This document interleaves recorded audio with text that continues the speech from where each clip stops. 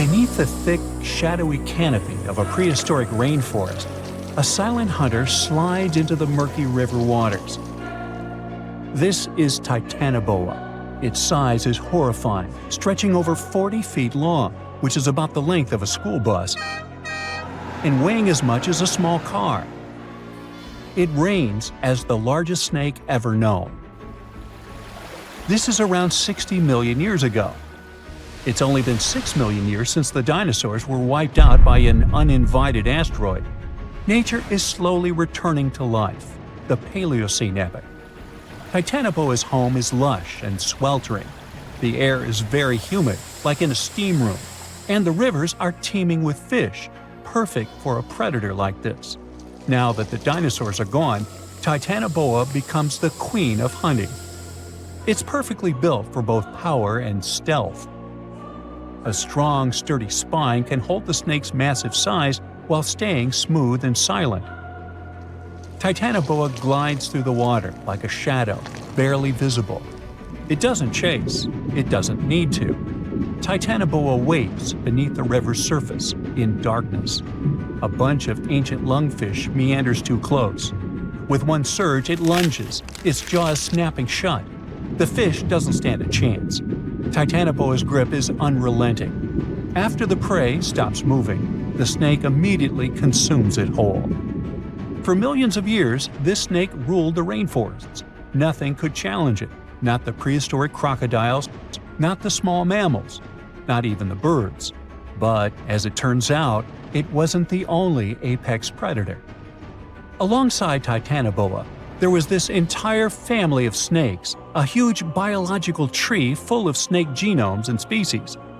Their history spans around 100 million years, all the way to the Cretaceous period. We find their fossils all over South America, Africa, India, and Australia. That's because they evolved in the Gondwanan continents. Back then, all of this was one huge landmass, and they lived right in the heart of it. Now, this family coexisted with all the dinosaurs.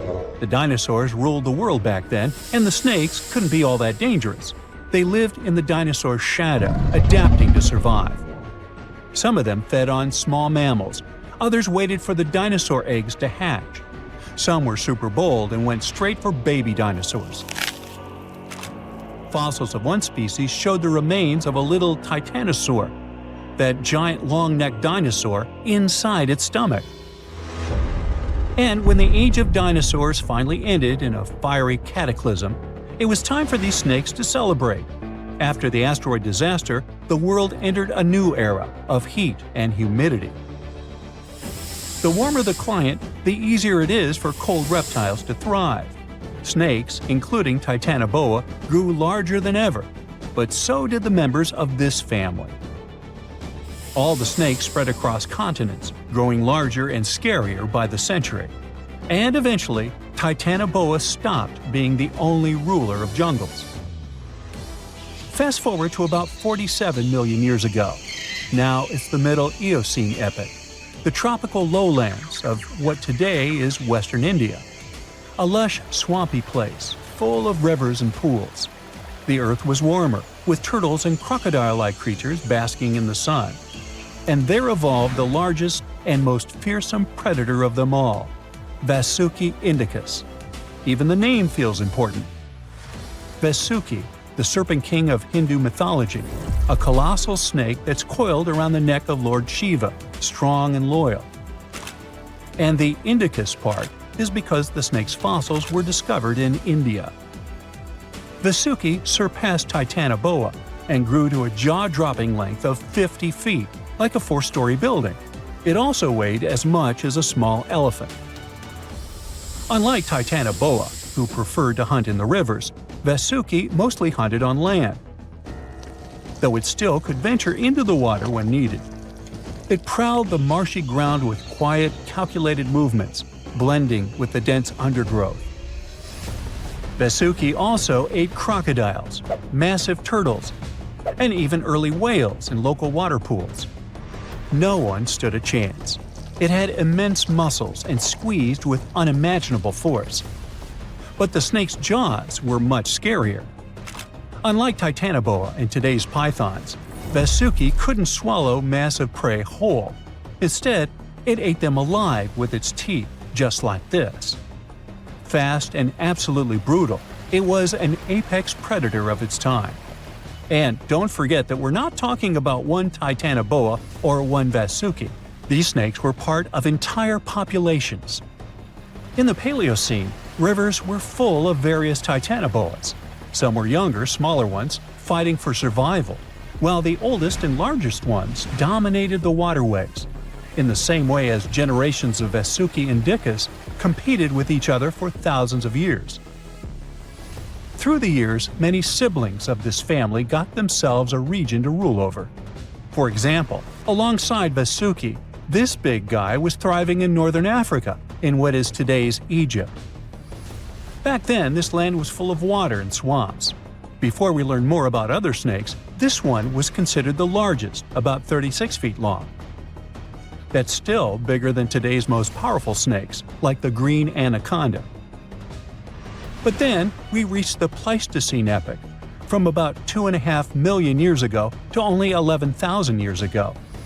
Modern humans were evolving all over the world, and now the snakes had a new problem, an even worse one than dinosaurs.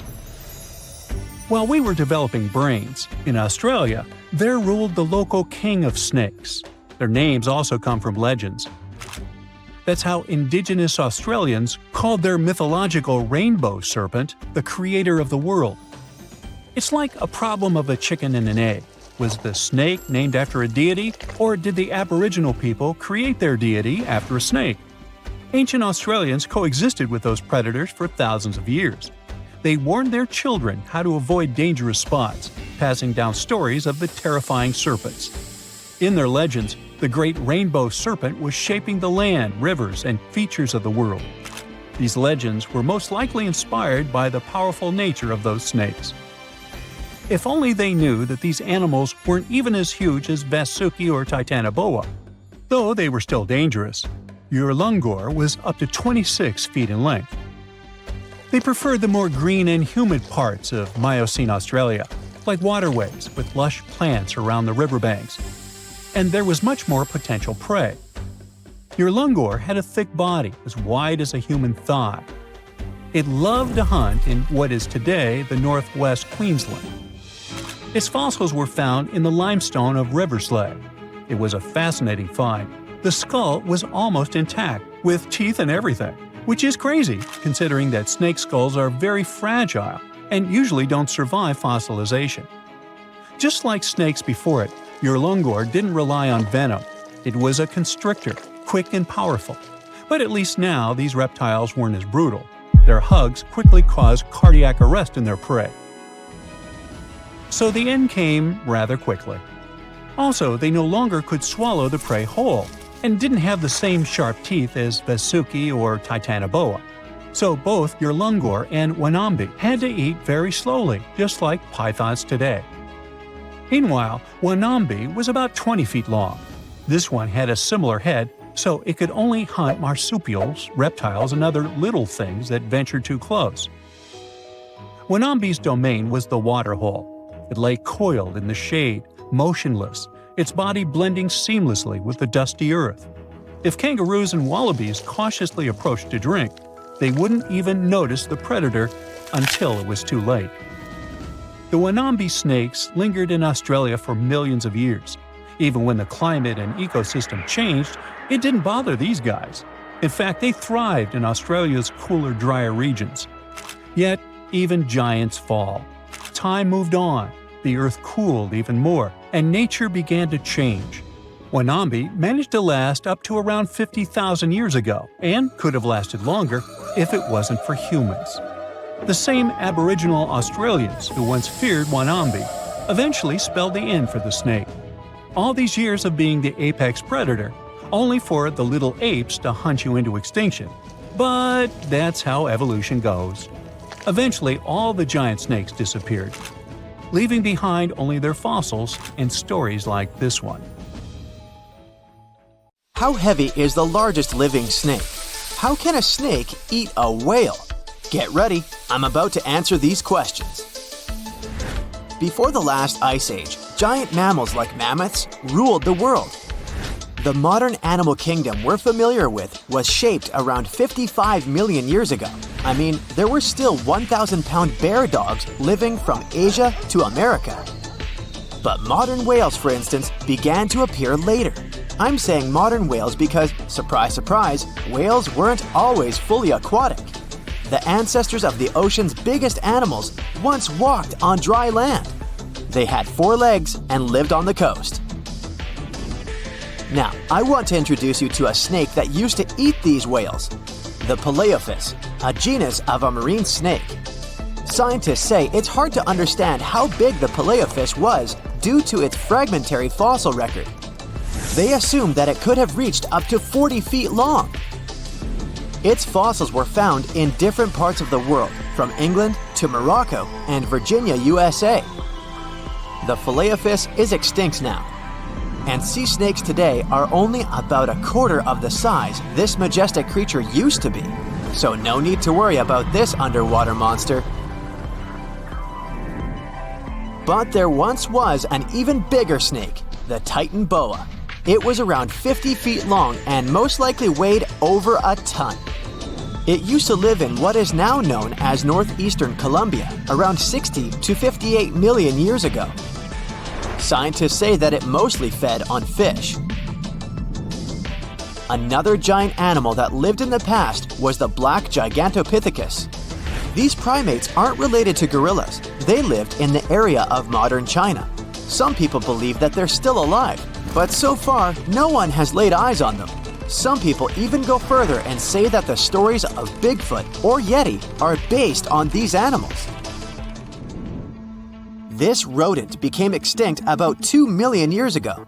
Its main habitat was South America, more specifically, Uruguay. What's astonishing about this species is that it was the largest rodent ever known. It was bigger than a bull. Scientists believe that it weighed up to 1,000 pounds. A distant relative of this rodent is still alive today. It's called the pacarana. It's a rare animal that lives in South America. It weighs up to 33 pounds and measures up to 31 inches, not including its cute and fluffy tail. The Arthropleura was an insect that lived in prehistoric times. Imagine a giant millipede measuring up to 8 feet in length. Here you go. It was one of the largest land animals of its era, about 315 million years ago. The Arthropleura's shell was covered with tough plates. These plates were there to protect the creature from damage. Most of the time, it burrowed into the ground to avoid becoming some other animal's dinner. Meet the Megalodon. Millions of years ago, this shark lived in the ocean and ate other marine creatures. It had wide teeth, and its jaws were so powerful that the animal could finish off its prey with the force of its bite. It was one of the largest sharks to ever exist. Yet, this predator also went extinct. Scientists don't really know the reason. This made me wonder why animals were so big in the past. Nowadays, smaller creatures flee or hide from predators. But apparently, it wasn't like this before. Many centuries ago, animals didn't just run or hide, they fought back. Research suggests that this behavior may have been the most important motivation for prey to grow bigger. A study compared the skulls of ancient animals to those of their modern peers. The skulls of predatory animals have become shorter and narrower, while the skulls of the animals they hunted have become longer and broader. This means that predators learned to become experts in hunting, while prey worked on developing their defense skills. You see, a larger body size was a great advantage because it made it harder for predators to take down the animals they hunted. The bottom line, self-defense made prehistoric animals larger. The second reason why ancient animals were larger is related to their bones. They had hollow bones, which are lighter than solid bones. This type of bone allowed large animals to move quickly. Let's take sauropods. They were a dinosaur subgroup. Sauropods had giraffe-like long necks and snake-like long tails. Compared to their body size, their head was really tiny. But since their bones were quite light, they could move around without having to carry additional weight. The eating habits of these animals were also related to their body size. When experts examined the fossils of one extinct mammal species, they found out that these animals had a diet that was high in nutrients and low in fiber. And this mammal was the largest land animal of its period. In other words, following this diet, mammals could grow to be very large. There was plenty of food out there, so they didn't have to worry about finding it. Fun fact, these animals also took chewing out of the picture. They could swallow their food in large pieces instead of taking small bites. Environmental conditions also played an important role in the evolution of larger animals in prehistoric times. Those animals tended to live in warm, moist climates that provided them with a lot of food. They didn't have to compete for food sources. Researchers believe that because of these conditions, natural selection worked in a certain way. I mean, body size was more important than such traits as agility and speed. Oh, and did you know that large animals tend to produce more carbon dioxide? And ultimately, a bigger volume of carbon dioxide increases the amount of vegetation in the animal's habitat. As for the abundance of oxygen in the atmosphere at that time, it could be another vital element for some animals' growth. A good but scary example of an animal that benefited from the high levels of oxygen can be the cockroach of the Paleozoic era. At that time, cockroaches were the size of modern house cats. Now this one would give me the chills if I ever faced it. Ugh. What about today? Well, there are over 3,000 species of snakes on Earth. The smallest snake in the world is the Barbados thread snake. It's only around 4 inches long when fully grown, and the largest one? It's the reticulated python. This snake reaches around 20 feet in length. The longest python was discovered in 1912. It measured 32 feet long. As for the largest and heaviest reticulated python, it was named Medusa. Medusa was approximately 25 feet long and weighed 350 pounds. These reptiles lived in Southeast Asia in rainforests, woodlands, and grasslands. Don't be confused though, the reticulated python isn't the heaviest snake in the world. This title belongs to the green anaconda.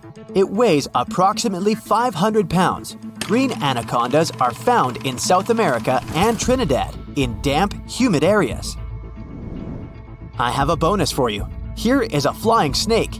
You can find these snakes in Southeast Asia.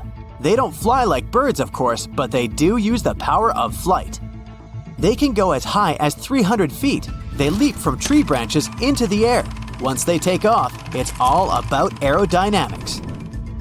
Their main technique is flaring their ribs and pulling in their abdomens. While airborne, they undulate from one side to another and slightly up and down. This motion helps snakes to turn and glide. Why bother with all this if they can just crawl in an old-school way? Scientists aren't sure, but they believe it might be related to escaping from predators. This way, they move from one tree to another without having to get down to the ground. Every now and then, people discover fossils of animals that lived millions of years ago. These ancient discoveries continue to capture our imagination. Which of these animals would you like to see alive? You're going to Ilha de Queimada Grande, one of the most dangerous islands in the world. There, you find yourself among rainforests, huge rocks, and grasslands. The place is home to birds, locusts, and giant cockroaches. But there's one more animal, and because of it, the island got its notorious reputation. Snakes live there, and a lot of them. So many that the place is also known as Snake Island. Will you survive there? Located just 20 miles away from the coast of Brazil, the island has an area of 43 hectares, or over 100 acres. It probably got cut off from the mainland after the last ice age. The snakes were also separated from most other animal species. They didn't have competitors and had an unlimited source of food. In such a small area, there are up to 4,000 snakes. That's one snake for every 10 square feet. It would be a difficult feat not to come across a snake on this island. Not only is this snake, the golden lancehead, one of the most numerous on the island, but it's also a highly venomous pit viper species. And it's also one of the most venomous in all of Latin America. Its venom is so potent due to the isolation of the species, with only birds sharing the land with them. To catch these birds, the snake's venom needed to become extra strong. And indeed, since they got separated from their distant relatives, their venom has become up to 5 times more powerful. Most of the time, these snakes hide in the trees or amongst leaves on the ground. If you find yourself stranded here, you'll want to keep yourself a safe distance away. Snakes mainly use their sense of smell and rely on vibrations. If you get too close to one, either stand still or slowly walk away. If you make too many vibrations, this will make them feel threatened, causing them to strike. If you spot them a safe distance away, or if you're walking toward tall grass, stamp your feet a couple of times. This will notify snakes of your presence. They won't risk taking down prey larger than they are and will likely slither away. Carrying a stick is always a good idea, just in case you happen to come across a snake accidentally. This way, you'll have an extension of your arm that cannot be bitten. This simple thing might save your life. A stick with a V shape on the end will give you even more advantage. Even if a snake starts acting aggressively, holding it down will stop it in its tracks. But whatever happens, don't try to pick it up. Okay, but what if you get bitten?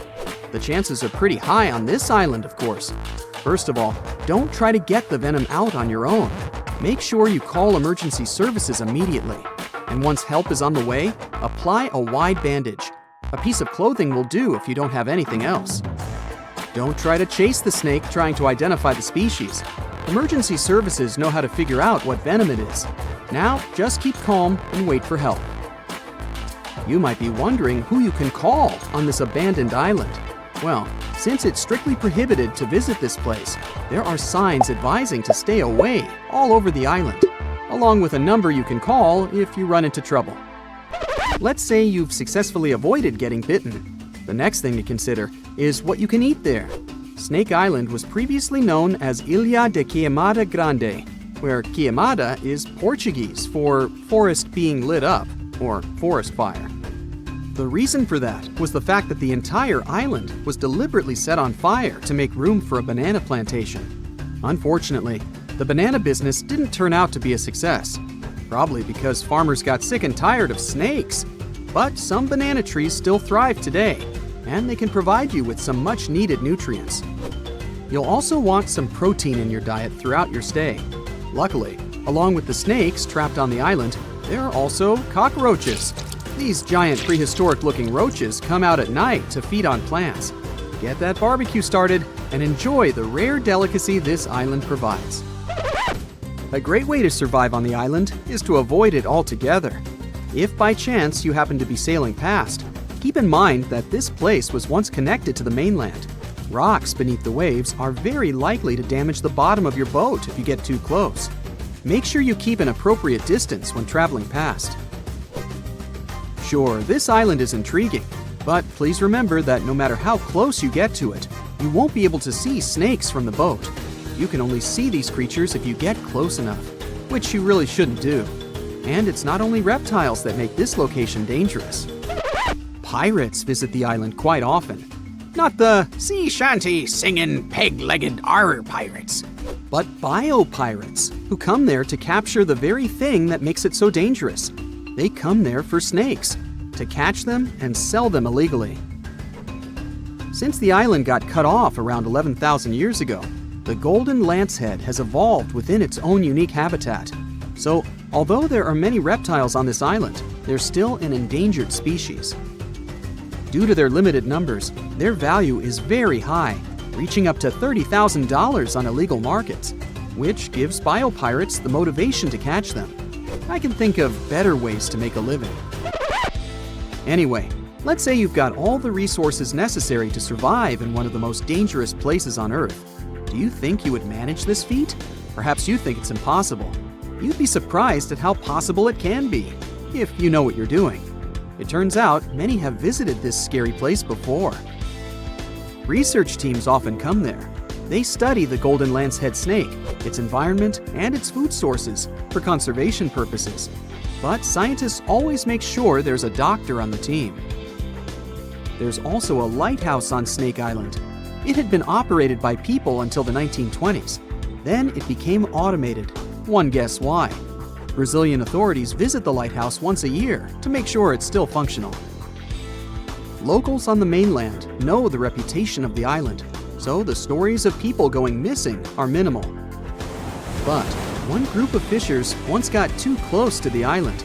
As they were sailing along their normal route, they accidentally neared the shore. Their boat hit a rock under the waves and began filling with water.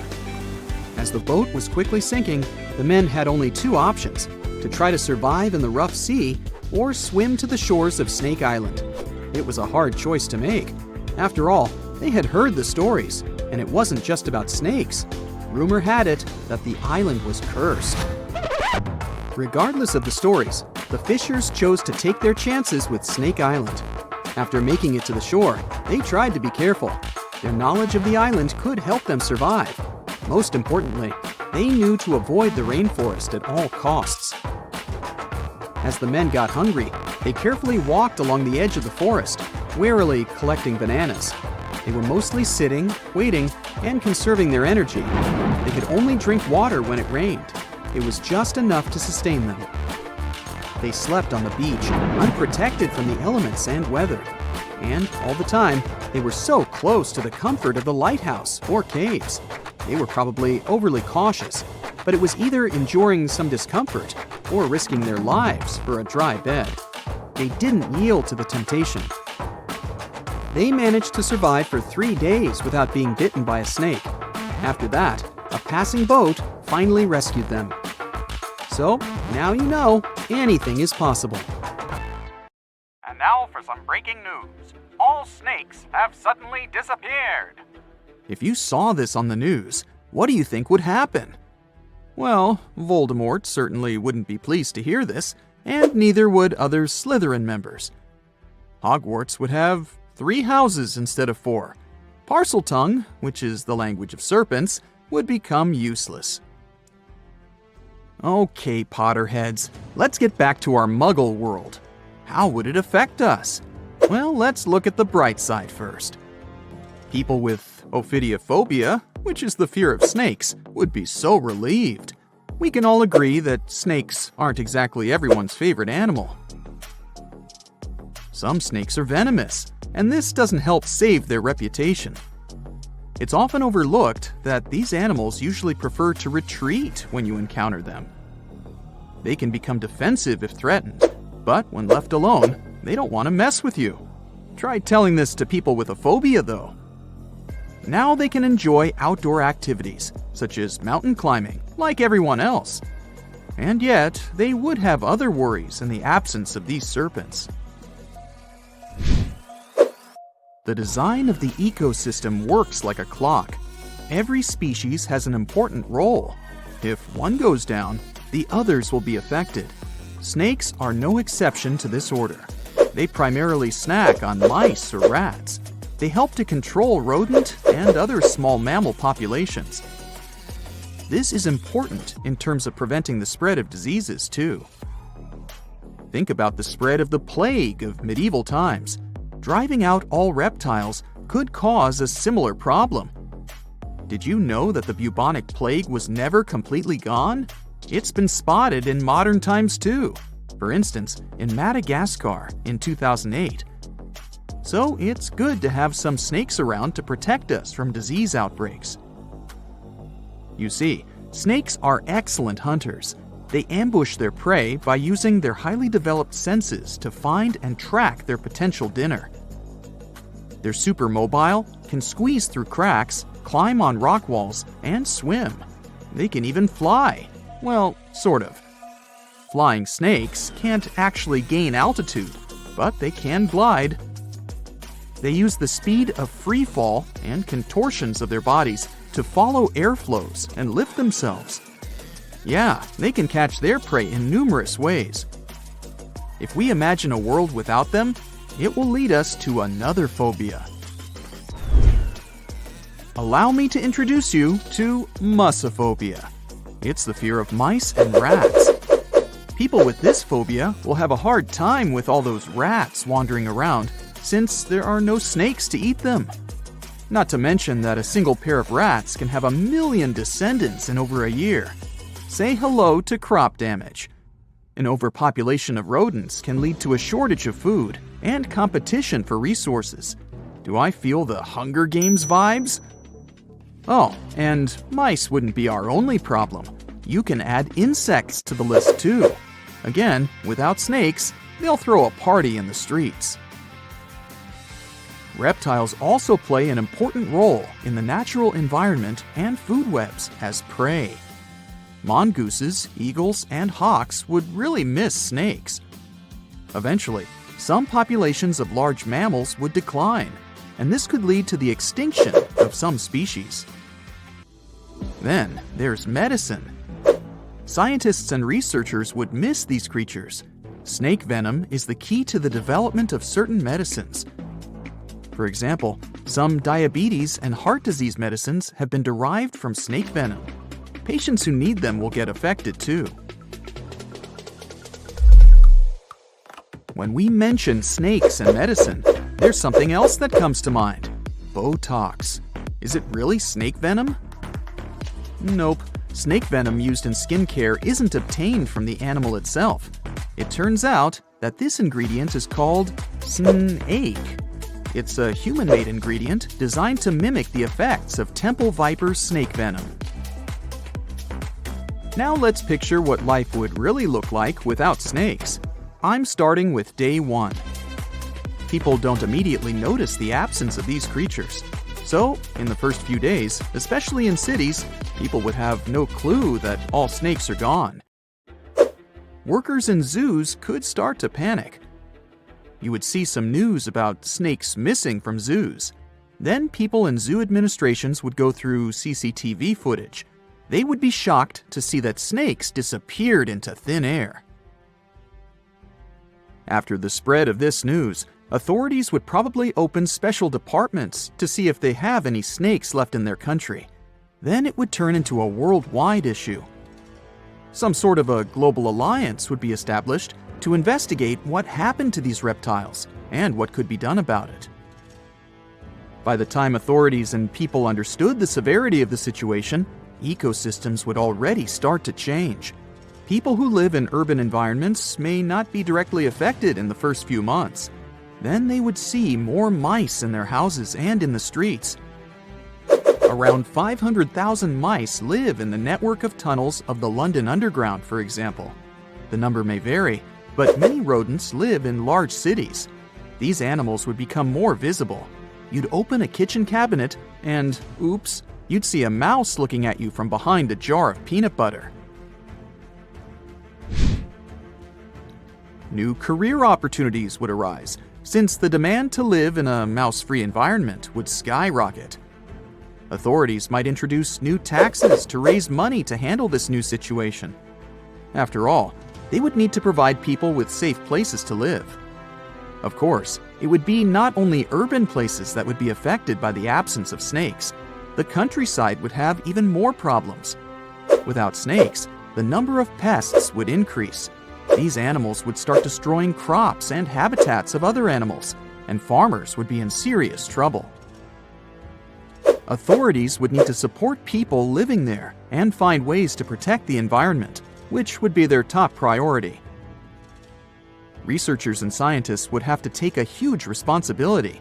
Maybe they'd create artificial snakes that could be nutritious like real snakes, so that animals like eagles would hunt them and continue to live.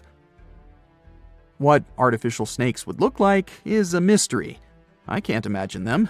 I'll just leave it to you. If we flashed forward to 5 years from the first day of the world without snakes, we would face an entirely different world. Maybe we would have a special day for it, the 5th anniversary of the world without snakes. The changes would be obvious, but by that time, people would have probably got used to living in that different world. Some restaurants would have already made changes to their menus. Goodbye to snake soup. Then there would be new museums dedicated to snakes. you'd be able to read about the story of their evolution and see their fossils. Maybe you'd stop by the museum souvenir shop to buy a snake-shaped pen for your friend. Lastly, we would still be looking for alternatives to snake venom in the field of medicine. I mean, it's a relief for people who show allergic reactions to snake bites, but these animals are crucial for some studies and medicines. So, researchers would still be busy trying to find alternatives that could replace snake venom. If we went 200 years ahead in time, we would see a world where people have fully accepted that snakes are gone for good. So much so that younger people would only know that there was an animal named a snake that once lived on this planet. They would get to know this animal from history books and videos. Coloring books would have a cat or a dog, but not a snake. Mythical creatures like Medusa and Shamaran would become even more mystical and interesting. Oh, and we wouldn't compare a sneaky person to a snake anymore. There would be a new definition for them. We've survived the Ice Age, meteorites, and many other challenges, so we'll probably figure something out. Fingers crossed that this scenario never gets real, though. Do you have any other version of how events could unfold in a snakeless world? Your heart is racing. You're running for your life from one of the biggest creatures you've ever seen. A giant reptile on 2 legs, sprinting right behind you. You hear the sound of a raging river next to you, but decide not to jump in. Thick leaves and bushes keep blocking your path, and you keep getting stuck in the mud. Everything around you is out to get you, and there's nowhere to hide. You spot a hollowed-out tree trunk and crawl inside. Whatever's out there is getting closer and closer. You hear deep guttural breathing and huge stomping. It's getting closer. You see a large tail from a crack in the tree trunk, swinging and knocking down bushes and small trees. Whatever it is, it's sniffing you out like those dogs at the airport. And right next to your face are giant bugs the size of a house cat. Perfect. You've always been scared to even look at crawly little things, but this one's so close and so big, you can actually see its facial features. It's looking at you like you're the alien. You want to scream, but can't. Then, out of the darkness, more bugs. They're curious things, flicking their antennas all over your body. Okay, this is too much. A bug is one thing, but now, a giant centipede thing is crawling your way. Its fangs are the size of your thumb. You dart out of the tree trunk and come face to face with a giant monster. It stops and stares at you, knowing you have no place to go. Claws and teeth the size of bowling pins. That's enough to keep you up at night. It's getting ready to charge right at you. Welcome to the most dangerous period and area in history for a human, the mid-Cretaceous Sahara. This place was thriving around 100 million years ago in what would now be North Africa. Back then, the continents were all arranged differently, and the weather was wild. Extreme storms were pretty common, and temperatures would rise and fall like a Mexican wave at a soccer stadium. Then, sea levels started to rise. Water flooded the Kem region, an area between modern-day Algeria and Morocco. Over the next millions of years, asteroids, volcanic eruptions, and other natural disasters wiped out everything else. Bye-bye, dinosaurs. Thanks for playing. You probably think of the Sahara as one of the most inhospitable places on Earth, but back when it had trees and rivers, it was even more dangerous. The famous River of Giants was a huge river system that stretched from modern-day Egypt all the way to Morocco. The land was flat and not much vegetation grew there, but it was enough for life to exist. Frightening, scary life. That creature you're staring at, it's a giant, scary-looking theropod, and it's out to get you. Imagine a T-Rex-like dinosaur that's more than 32 feet tall and has an epic jawline. Scary stuff. They were the top dogs in the food chain back then. And that's why this place and period in history was so unique. The entire area had an incredible imbalance between hungry dinos and poor little dino snacks. There wasn't enough food to go around. Scientists were never able to find much evidence of herbivores. That means it might have been a royal rumble of carnivorous creatures waiting to pounce on each other at any moment. So, after a while of having a stare-down contest with a giant theropod, a shadow creeps up on you from behind. You're too scared to turn around, but the growling is louder than anything you've ever heard. It shakes you to the core. You turn around and see a Spinosaurus, and that's about all you can see. You know how they always show the T-Rex as the king of the dinosaurs? Well, this one would be, what, the emperor? It stands about 50 feet tall and has a sail of scales on its back, the size of a regular human. Then add in a crocodile-style snout with razor-sharp teeth and some short, powerful legs. Its diet mainly consists of river fish, but it's looking at you like you're a delicious fish taco. The two alphas are now in a standoff, with you stuck in the middle. But before you close your eyes and get ready to be eaten, they begin fighting each other, knocking down trees. You tiptoe your way out of there and run. The further you go, the better, right? Wrong. Not here, because everywhere you go, there's going to be something dangerous. During this period, there was danger in the sky, in the water, and on land. There were small mammals scurrying around here and there, but they mostly stayed in the shadows to avoid danger. After 5 minutes of running as fast as humanly possible, you make it out of the forest and onto an open plain. Bad move. Now there's nowhere to hide. Suddenly, you hear another shriek. You look behind you. Nothing. It's just short grass everywhere. Then you tilt your head up to the sky and see what looks like a giant bird. Only these are technically flying crocodiles. There were plenty of huge pterosaurs that ruled the skies. Alanqua saharica was a flying reptile that may have eaten fish in the river. Those fish must have been tasty. It had a huge wingspan and long, slender jaws. Oh, and it was the size of a small bus. This one found you and is racing down to catch you. You run for your life, again. And this time, there's no place to hide. Suddenly, you feel talons grasping onto you and you're lifted off the ground. You soar up. If you weren't scared out of your mind, you might have noticed how beautiful the giant river channels below you are. The Alanqua maneuvers like a fighter jet, headed for the mountains, dodging all obstacles. You see a large nest with some mini beasts in it. They're hungry and as large as you. Not a great combination. You try to break free, but it's impossible. The creature drops you in the middle of the nest and flies off. You try to cover yourself, but the little ones keep pecking away. It's only a matter of time before it's too late. You look down below you and see the river. You can't tell how deep it is, but it's got a really strong current. You're out of options. You dive into the raging river and get dragged along with the current. Safe for now-ish. Imagine it's 2021.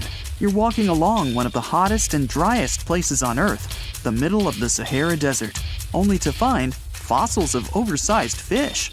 They ranged from bite-size to bus-size. Even freshwater sharks lived there. These weren't your average little fishies. Judging by their teeth, those guys meant business.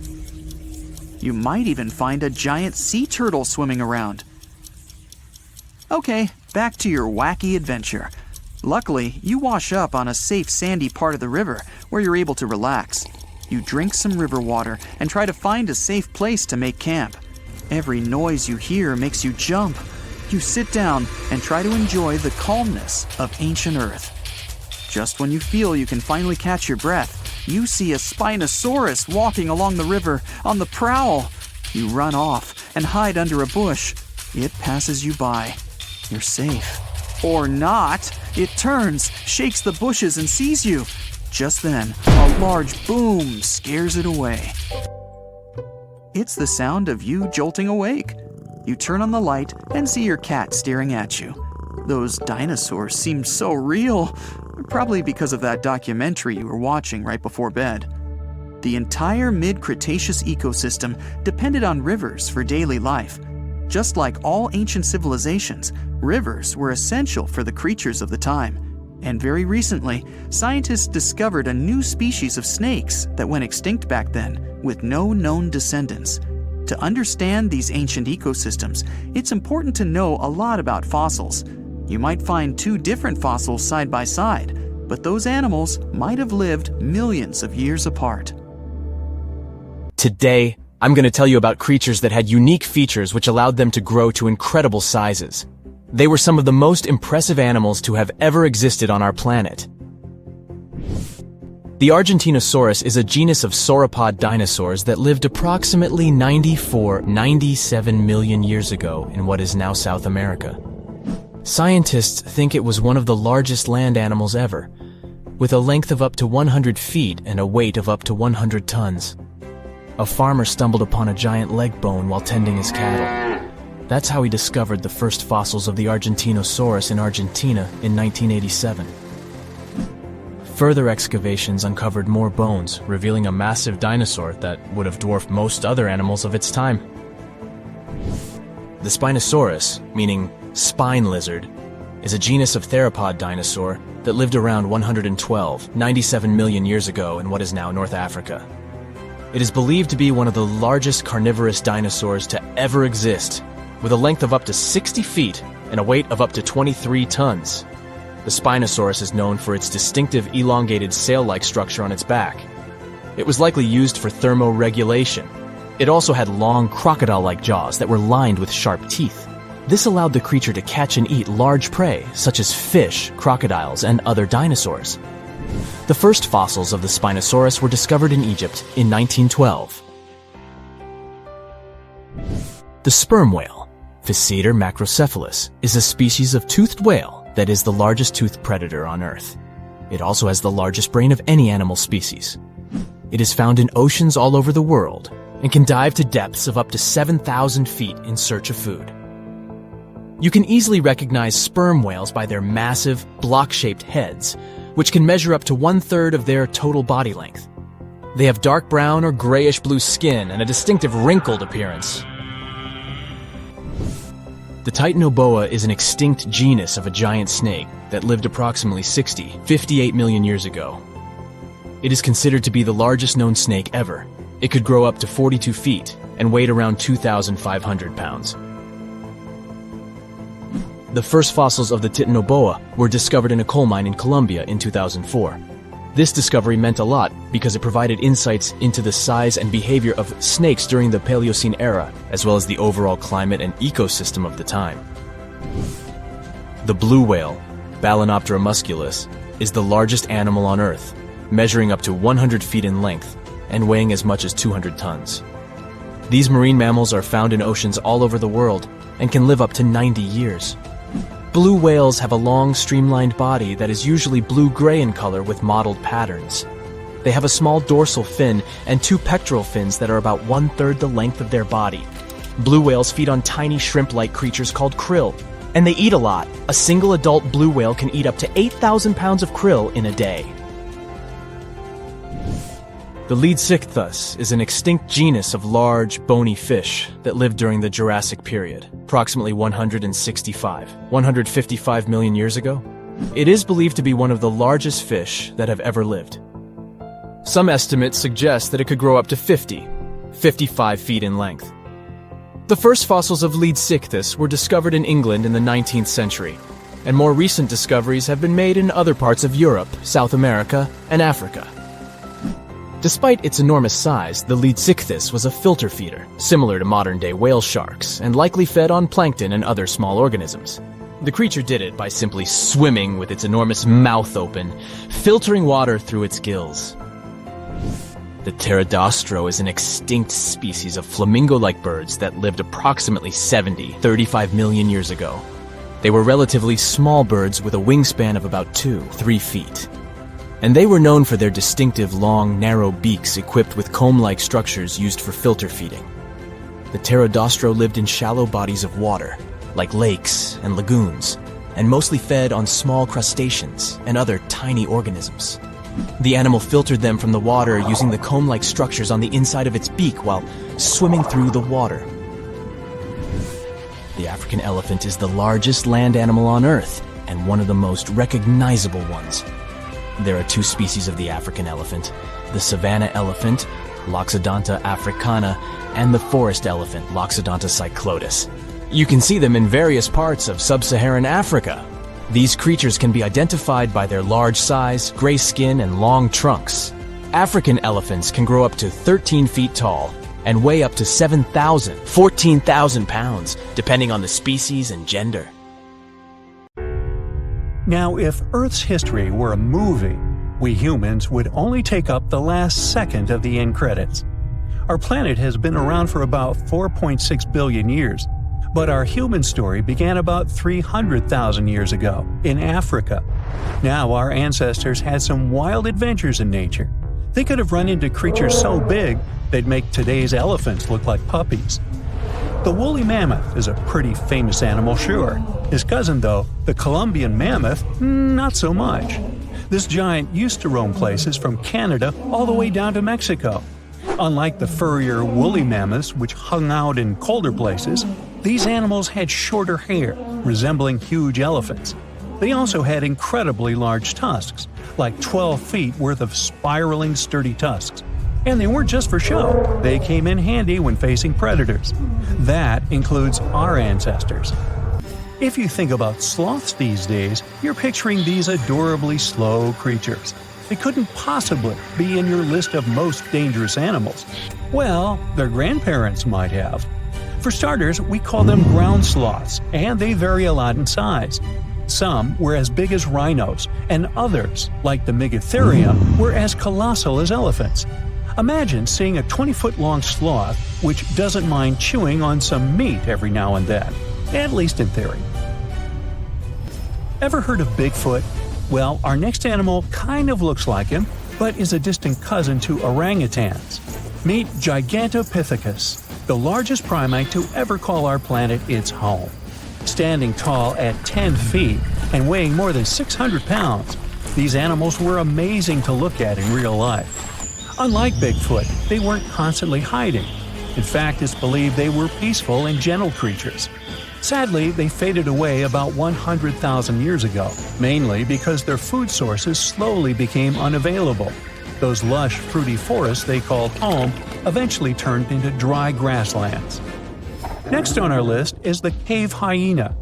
Weighing a chunky 250 pounds and standing 3 feet tall, these beasts were as long as a grown-up lying down. What's even more interesting about these creatures is that they loved hanging out in groups. A pack could be as big as 30 of these animals, which meant they could easily take on even the biggest, heaviest mastodons. Our ancient families would have needed to stay alert around these hungry specimens. Sadly for these hyenas, about 20,000 years ago, their numbers started going down. Soon enough, they completely disappeared from the planet. Quick pop quiz. What's called a tiger but isn't really one? It's the Sabertooth tiger. I mean, sure, they belong to the feline family, but they aren't technically tigers. First appearing around 42 million years ago, in July, I think, many of their kind were gone before we even showed up. However, early Americans might have bumped into a couple of specimens from this group. If that really happened, it would have been quite the encounter. Think of the biggest wild lion today or the hefty Siberian tiger. These big cats also had some incredible features hidden in their fur. They were good at sneaking around, hiding, and pouncing on mammoths bigger than themselves.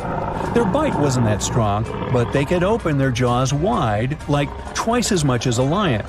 And although their teeth were a bit on the weak side, they had buff forearms to pin down their dinner, giving those big fangs a purpose.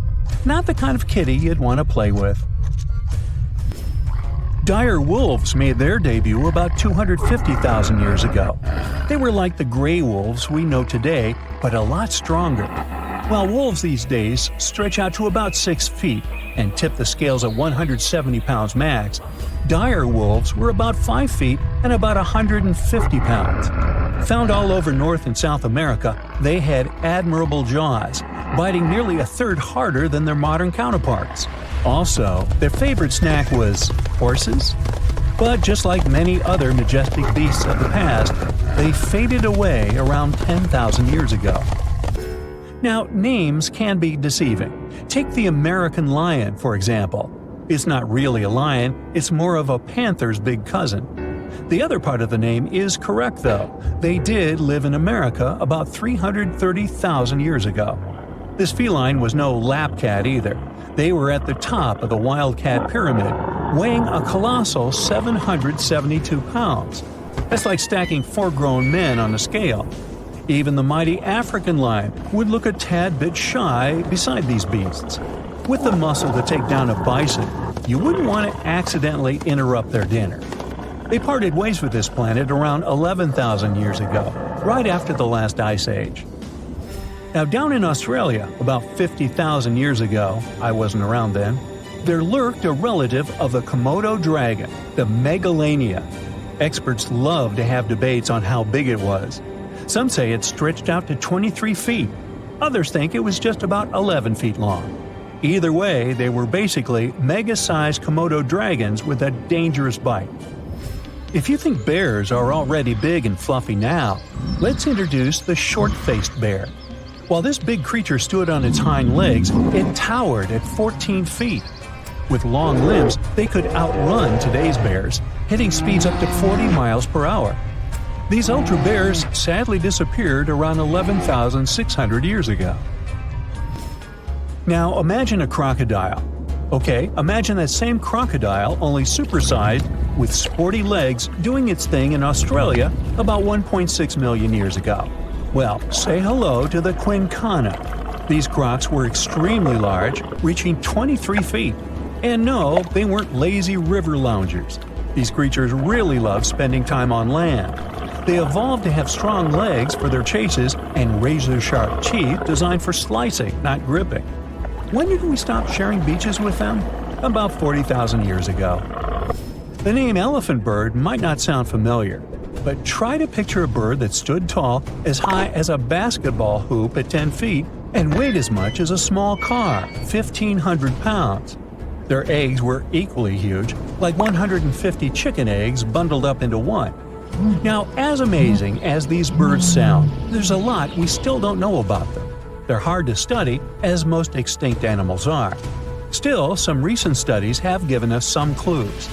Scientists have been examining ancient molecules from their fossilized eggshells.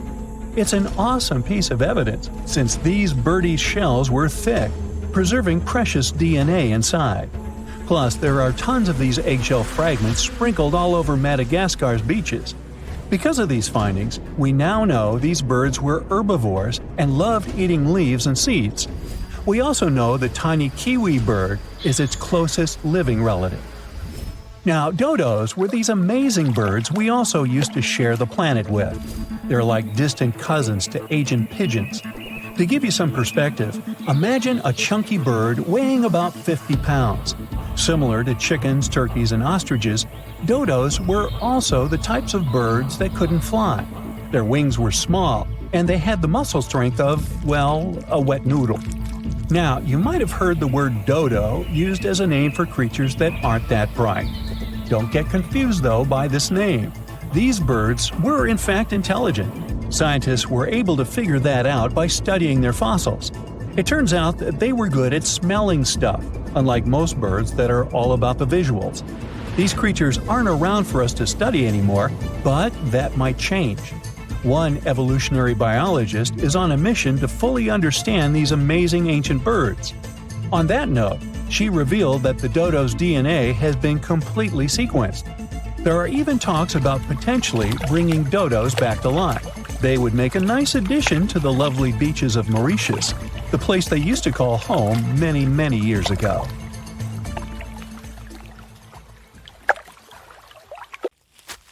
Psst, run! Really, it's not safe out there. There's a saber-tooth tiger lurking around. You better be careful.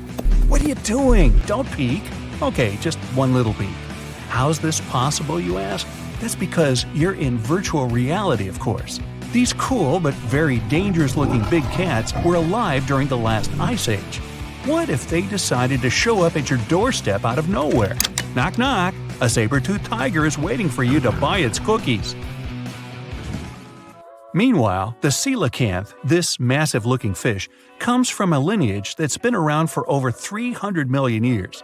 We thought they didn't exist anymore until 1938, that is, when a live coelacanth was found again.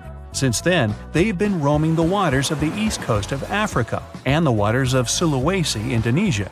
Man, I wouldn't want to go for a swim and meet one of these fellas face to face. Their jaw has an intercranial joint, which means their mouth opens up by a lot. This is so they can eat large prey, like me. Not good. They're huge too. Imagine a fish that's as long as you're tall and weighing as much as an average human. The takahe, a flightless bird, was thought to be gone in the year 1898. They're very cute, small and multicolored, usually not taller than your knee. But picture this. You're out for a hike in the Murchison Mountains. Looking around, you spot the bird you thought was extinct. But there they are, as happy as ever, surviving and chilling.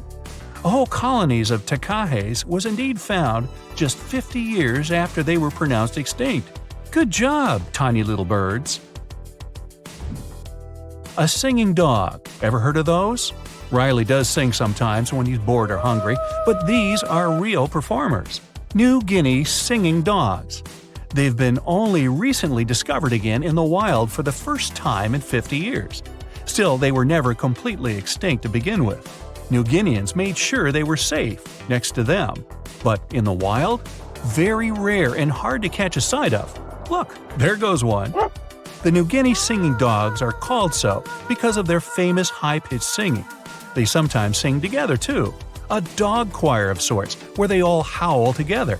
I bet they sing better than I do in the shower. Not going far from this area, we have bats, but these ones are sort of different. You see, their ears are enormous. I guess that's why they're called the New Guinea big-eared bats. Clever. The species was found again when one of them was accidentally caught in a bat trap. Until then, I guess they were playing hide-and-seek with us, because up till 1890, they had been thought to be gone. They're still not out of the danger zone because of habitat loss. Imagine you discover a fossil of a species you thought had been extinct for a long time, yet 2 years later, a whole living group of said species is found. Well, this is exactly what happened in 1977 with the Majorcan midwife toad. It's sort of brownish in color with darker brown that makes up its skin spots. Other than that, it's just a small toad with googly eyes. The group of live toads was found close to where the fossil was, on the island of Majorca. There aren't many of them left, about 500 in fact, and as of right now, they're declared vulnerable by the International Union for Conservation of Nature. Now, are you a fan of tortoises? You will be when you take a look at this huge beauty. It's called the Ferdinanda Island Galapagos tortoise. It hasn't been seen since 1906, but on February 17, 2019, we were finally able to look at one of these beautiful creatures. It's probably out there with a few of its mates right now, but they also don't allow themselves to be seen. We only know they exist because there's a few tracks and scents. With yet another frog, we have the horned marsupial frog. They're out and about in Ecuador, in the Chocó forest to be more specific. They're called this way because of their distinctive horns directly on top of their eyes. You know the pouch kangaroos use to carry their offspring? Well, the female horned marsupial frog also has that, except it's on the back, so it acts as sort of a backpack. They develop their embryos there, and when they're ready to come out, they hatch as complete infants, unlike regular frogs where they start out as tadpoles. One more toad, the starry night toad or harlequin toad. They're black and covered with loads of white spots all over them. Lost for 30 years, it was discovered back in 2019. Picture them as big bodyguards, water bodyguards to be exact. Oh, that's a very big toad on your screen. Well, for the Arhuaco people, that's exactly what they are, guardians of water. They also have their own name for them, Guna. Sounds like a cheese. When scientists found them yet again, they came across 30 of these little creatures, but initially, they were expecting only one. Well, what a nice surprise. Here's a tiger for you, although it doesn't quite look like your typical tiger. It's called the Tasmanian tiger, and it seemingly disappeared since 1936. But then, out of nowhere, people started seeing them out there in the wild just 5 years ago in 2016. They sort of resemble dogs more than tigers, or a fox maybe. Just take a look at its muzzle. Maybe even a mix of both. Then, a few others started popping up too. And if you happen to think you're seeing one right in front of you, but you're not quite sure, check if they've got stripes on their back. They're definitely out there, but still technically marked as extinct by the IUCN. Okay, picture a horse that looks straight out of a movie scene. Tiny, gorgeous fur, very well behaved. It's tiny, but it's not a pony. It's a Caspian horse. They have an interesting backstory to them. They were discovered by Louise Leyland, who got married to an aristocrat in 1957. Having moved to Tehran, Iran, she didn't quite like how the horses behaved there, so she took matters into her own hands. She took a few people with her, and off they went to the Caspian Sea mountain. And in there, they found 3 of these beautiful tiny little horses. Now, that's how the story goes. Coming up next, a possum that was found in an unexpected place. Guess where? You have 3 options to pick from: hiding in a ski resort, in the Australian outback, or in someone's apartment in the bathroom. Which one do you choose? You have 3 seconds. The right answer is a ski resort. Yes, this possum is called the mountain pygmy possum, and it's originating from Australia. So far, there are 3 different living populations of this tiny possum, but it was believed to be extinct until just 1966. There are fewer than 100 of them, so the IUCN has marked them as critically endangered. Also from Australia is the night parrot, an absolute delight to birdwatchers. Very beautiful, yet mysterious. These little fellas live in very remote areas. You can probably count on the fingers of your hand how many times these birds have been seen since they were found again in 1979. That's how rare they are. Have you ever seen a pygmy tarsier? Neither have I. It was only in 2008 that 3 of them were caught. Scientists don't really want to lose track of their movements again, so what they did was gift them with tiny little collars. This way they can live their life as happy as ever and will know they're safe. The last one I want to tell you about is the tree lobster, but as the name might mistakenly tell you, they're not really lobsters. They're just big black bugs with huge legs. Their extinction story is a sad one. In 1920, a cargo ship got stuck on Lord Howe Island, and it had rats aboard. These rats fled the ship and ran straight to land. Even though tree lobsters are bigger than most insects, they're still relatively small compared to rats. The poor things never stood a chance. Still, in 2004, life shone again for these distinct critters. A pair of Australian scientists were out and about on the island and came across 24 of them. All of them were living beneath one single shrub. Hey, if there's enough space for everyone, it's not small, it's cozy. Bottom line, it's better to be distinct than extinct. Don't you agree? Australia used to have its own giants. Those were huge animals that could have dwarfed anything living on this continent these days. Scientists found the remains of many of those ancient creatures in the Narracuta Caves in South Australia, 4 hours away from Adelaide. It's a lovely region, but it can be treacherous. Watch out for holes the ground is pocked with. Known as pitfall traps, many of them are no wider than a coffee table. They're deep and plunge into the darkest of caverns. One of such caverns is called Victoria Fossil Cave, and it's a treasury that's been hiding the bones of around 45,000 animals for centuries. Some of the oldest bones belong to creatures far more terrifying than any animal you can encounter today. Those were the ancient Australian megafauna, huge beasts that roamed the continent during the Pleistocene epoch. During those, there were giant snakes, huge flightless birds, wombat-like creatures the size of a rhinoceros, and many others. One of the largest examples of the Australian megafauna scientists have discovered so far is the Diprotodon. That giant herbivorous creature was 10 feet long and 6.5 feet tall, and weighed more than 6,000 pounds, about as much as a small Asian elephant. Even though this terrifying beast didn't eat meat, it could have smashed other animals with its sheer weight.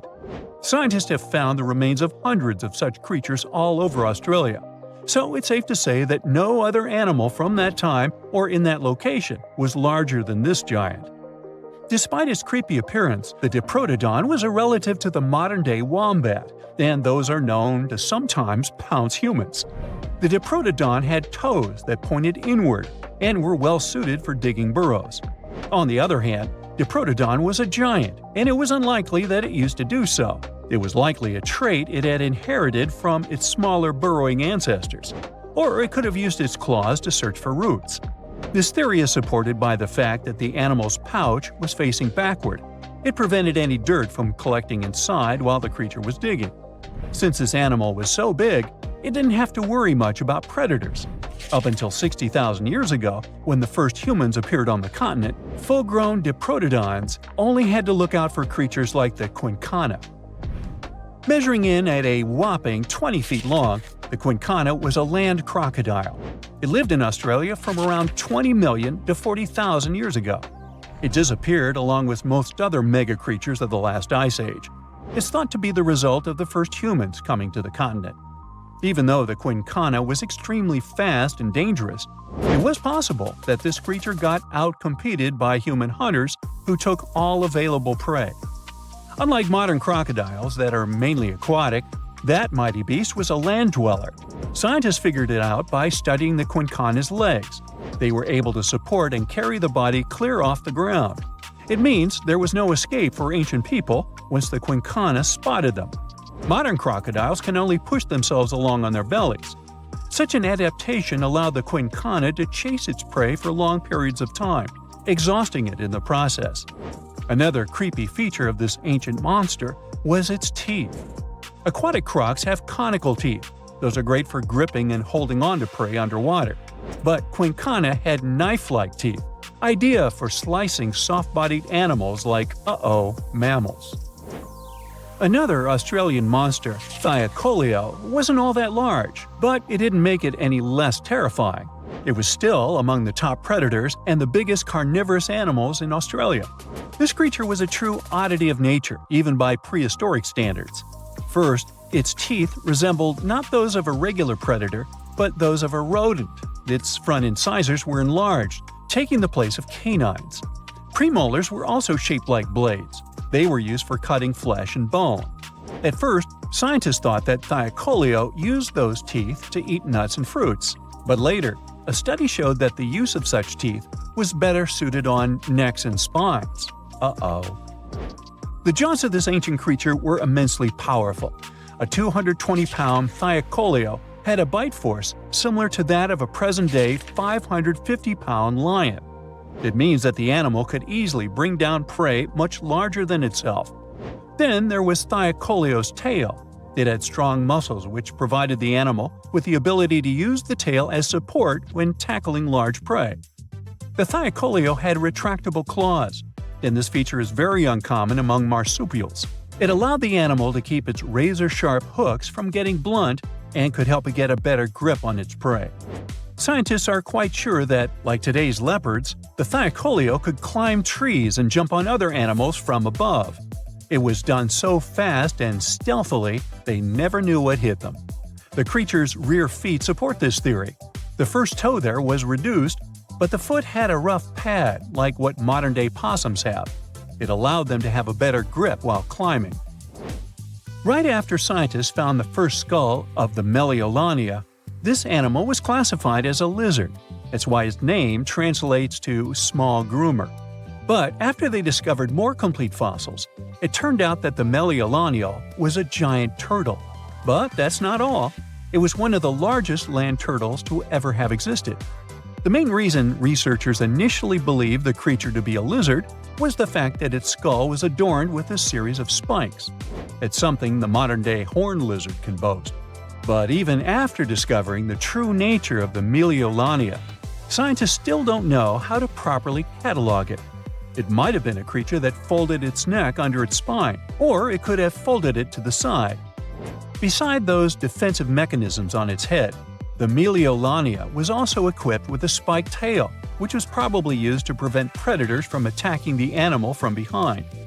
Most species of the Megalodon disappeared around 2,000 to 3,000 years ago because of humans who hunted them to extinction in both Australia and on the surrounding islands. It took around 2 centuries for these turtles to go extinct in that region of the globe. The Megalodon was a giant Australian lizard that existed at the end of the Pleistocene epoch. It looked like a Komodo dragon and the Australian monitor lizard, which are both believed to be Megalodon's closest living relatives. Fossils tell us that the ancient animal was anywhere from 15 to 26 feet in length. Ow! The youngest fossil remains of this ancient Australian monitor lizard date back to about 50,000 years ago. The first indigenous settlers must have encountered Megalodon, which led to the lizard's extinction. Originally, scientists thought that the Megalodon was the only member of the genus Megalonia, but these days it belongs to the genus Varanus, which means that the prehistoric creature is closely related to other Australian monitor lizards. Our next giant creature on our list was once dubbed an ostrich on steroids. I mean, look at it. It was the last of the thunderbirds to go extinct in Australia. The Gigantoythecus lived on the continent at the same time as early humans. They might have coexisted for 15,000 years or so before the huge bird eventually disappeared. This theory has some proof. The bird's fossils found along with human artifacts. Some cave paintings also depict flightless birds similar to the Gigantoythecus in size and shape.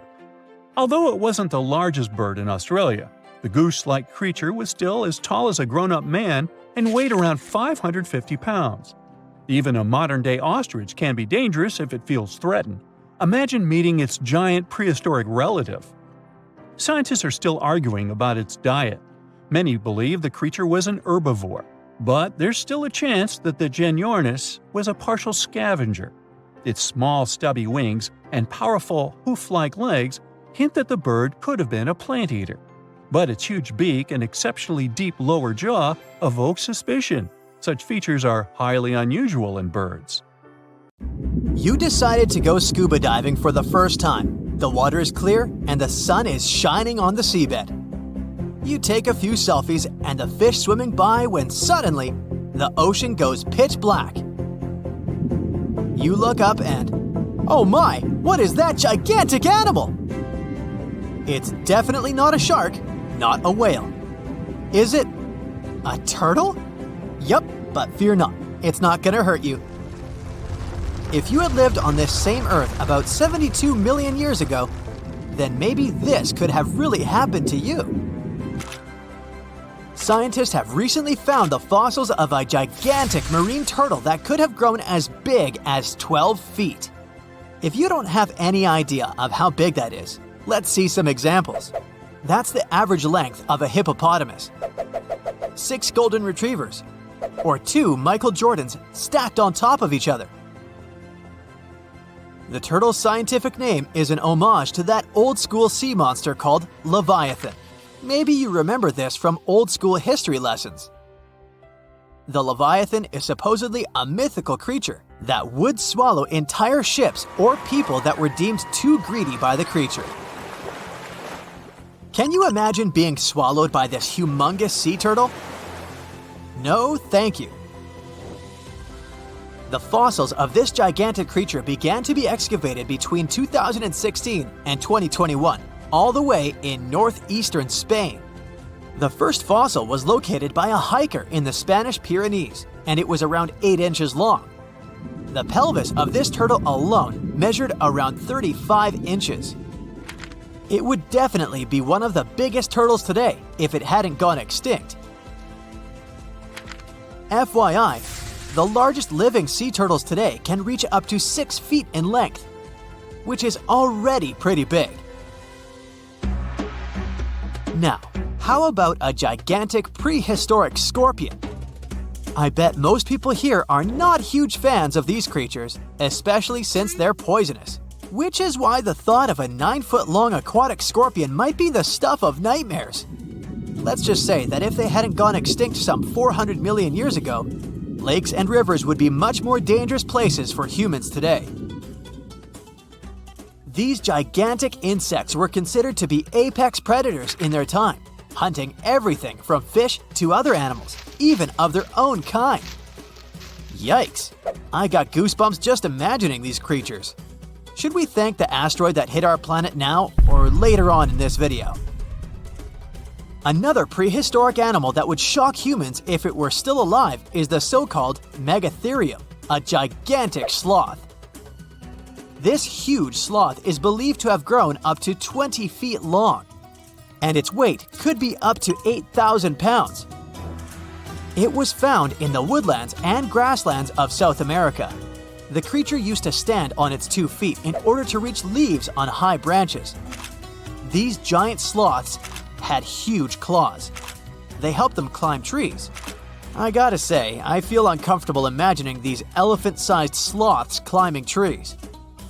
Oh, of course, some dinosaurs will make our super-sized creatures list. But before that, here's a fun fact. Did you know some dinosaurs are still alive today? Scientists have proven that birds are classified as theropod dinosaurs. Such infamous creatures as the T-Rex and Velociraptor belonged to this group. I'm sure you've heard these names even before you watched Jurassic Park. The Velociraptor is that scary dino that breaks into the kitchen. Well, they evolved, gained some feathers, and turned into various species of birds we know today. That means that any bird from chickens to those little blue ones is a direct descendant of dinosaurs. Now, does the name Spinosaurus ring a bell? You can see this huge dinosaur in some museums today.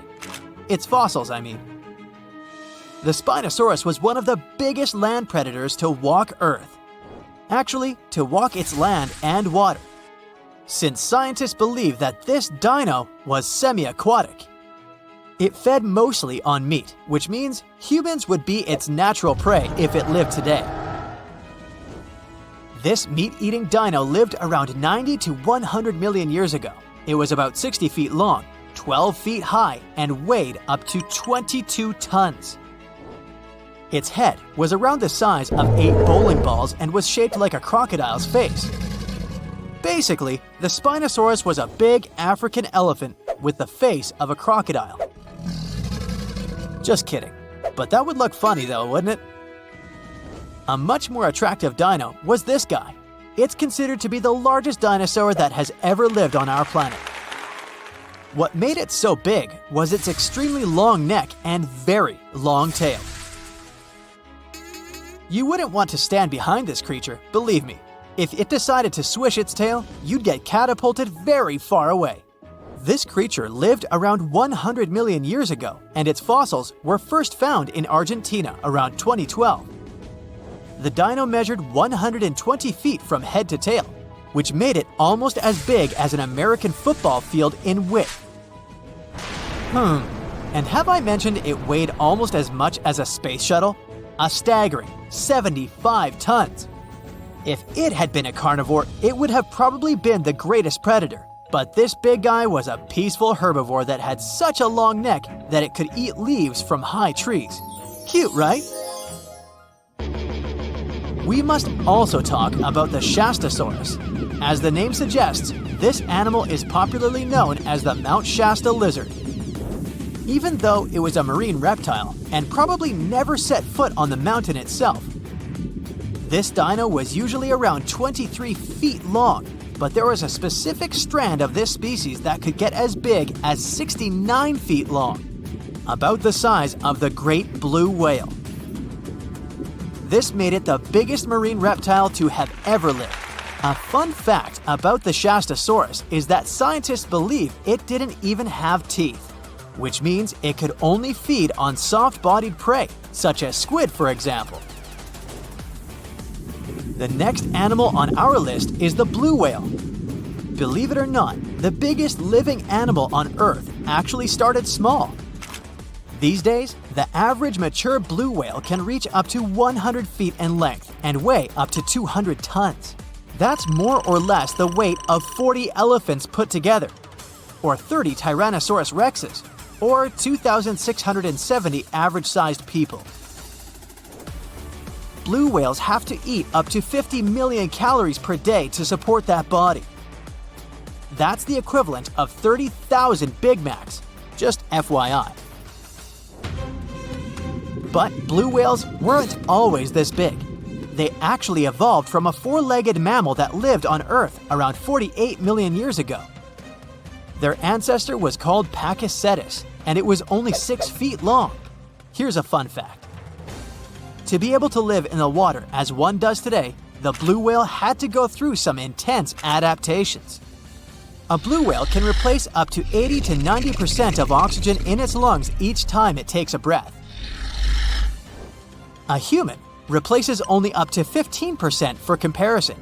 It allows these animals to dive for up to 1 hour at a time, down to a staggering depth of 330 feet. Elephants were bound to make the list. Elephants are currently the largest land animals on Earth. They can grow to be about 13 feet tall and weigh up to 7 tons. That's pretty small if we compare it to the other animals that once lived on Earth, right? But if we placed a 6-foot-tall human next to an elephant, we'll see it's not at all that small. African elephants are bigger than their close relatives, Asian elephants, and they have a similar lifespan to humans, up to 70 years. Pokemon might have made us collectively wish that salamanders were real-life dragons, although they're not. They can still be pretty cool though. There's a giant species of salamander that is known to be the largest living amphibian. They can grow to be as long as a regular-sized human, reaching up to 6 feet. I bet that wouldn't be a pleasant underwater encounter.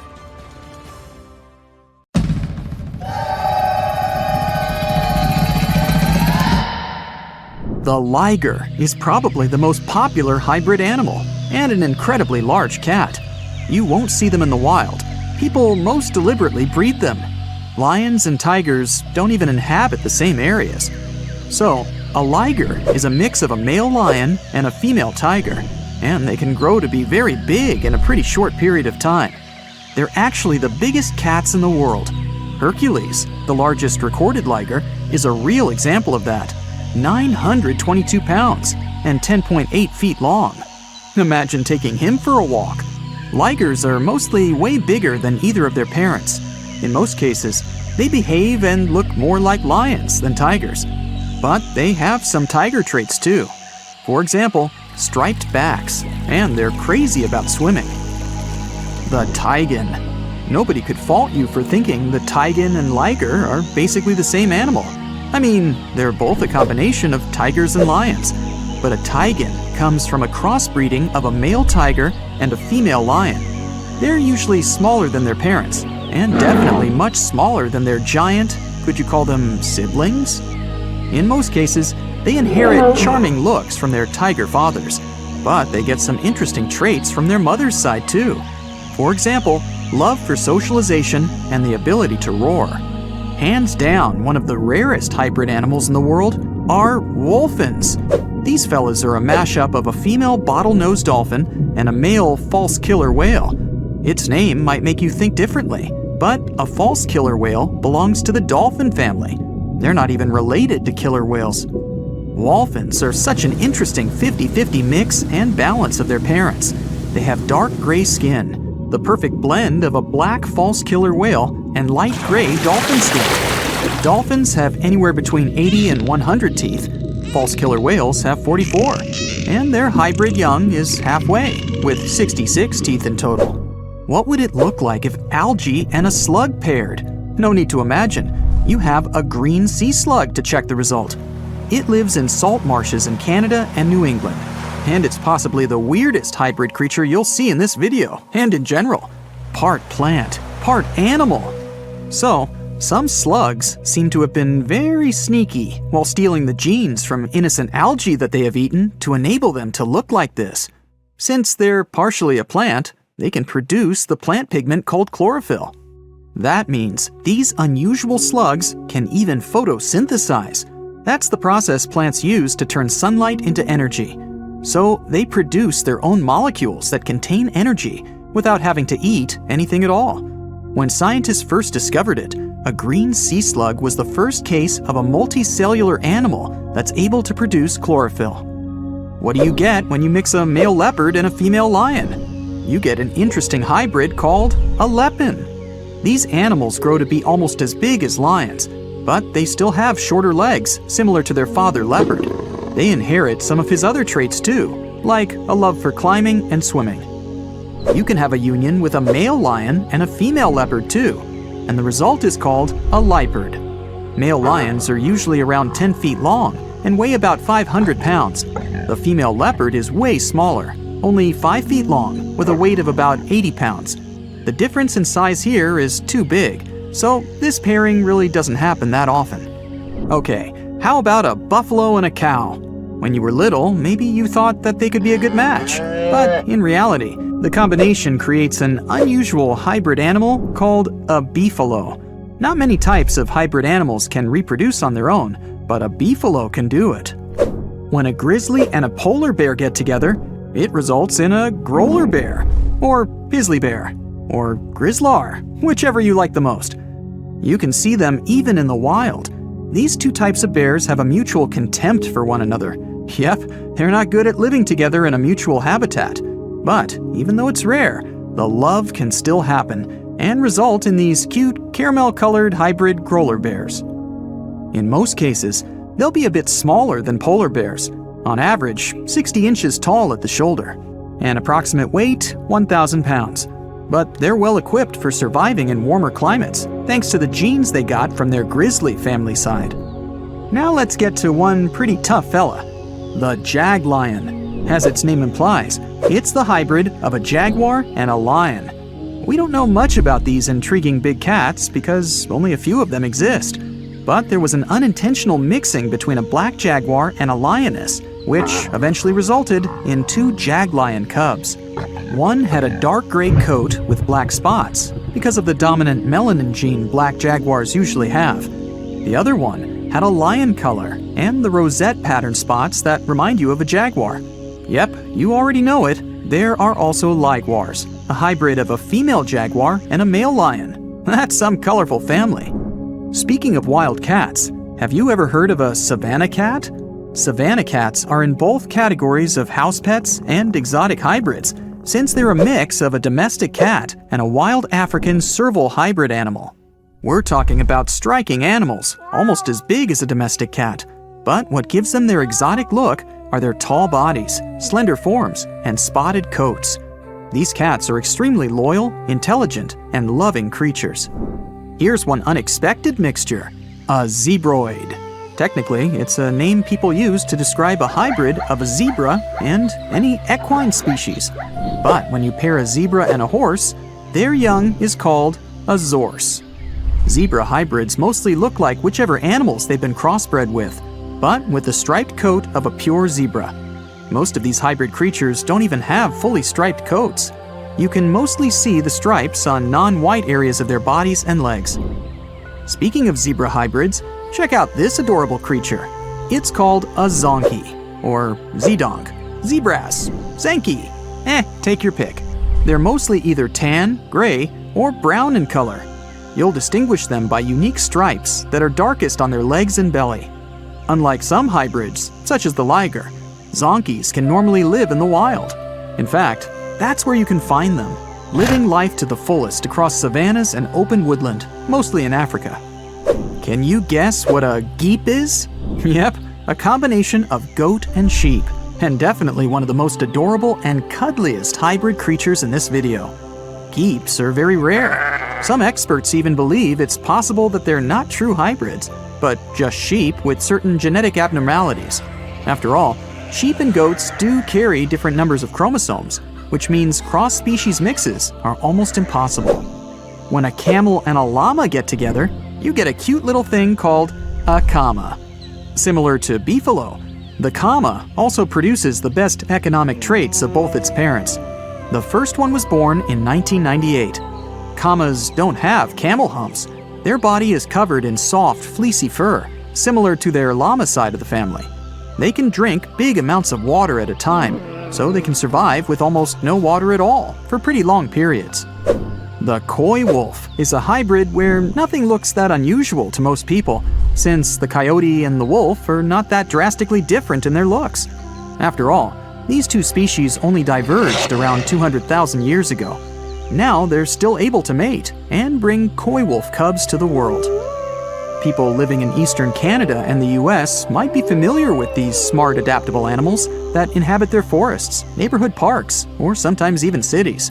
These hybrids have emerged over the past century or so, and they've picked up the characteristics of both their parents. When a coy wolf is fully grown, it's somewhere in between the size of both parents, but it's also 55 pounds heavier than pure coyotes and has a bigger jaw, longer legs, smaller ears, and a bushier tail. Check out the narluga, an extremely rare creature whose parents are a narwhal and a beluga whale. It's a pretty strange animal, but far from being lonely, they mostly live in the North Atlantic. Scientists had suspected their existence for decades. In 1990, they found an unusual-looking whale skull located in an Inuit hunter's tool shed in Greenland. People from that area said that there were other similar-looking animals, and they fit the description of neither a beluga whale nor a narwhal. People said they had gray skin, narwhal-like tails, and beluga-like flippers. Narwhals and beluga whales are similar in size, and they share a family, the Monodontidae family. So it may not even be that surprising that they're able to successfully breed in the wild.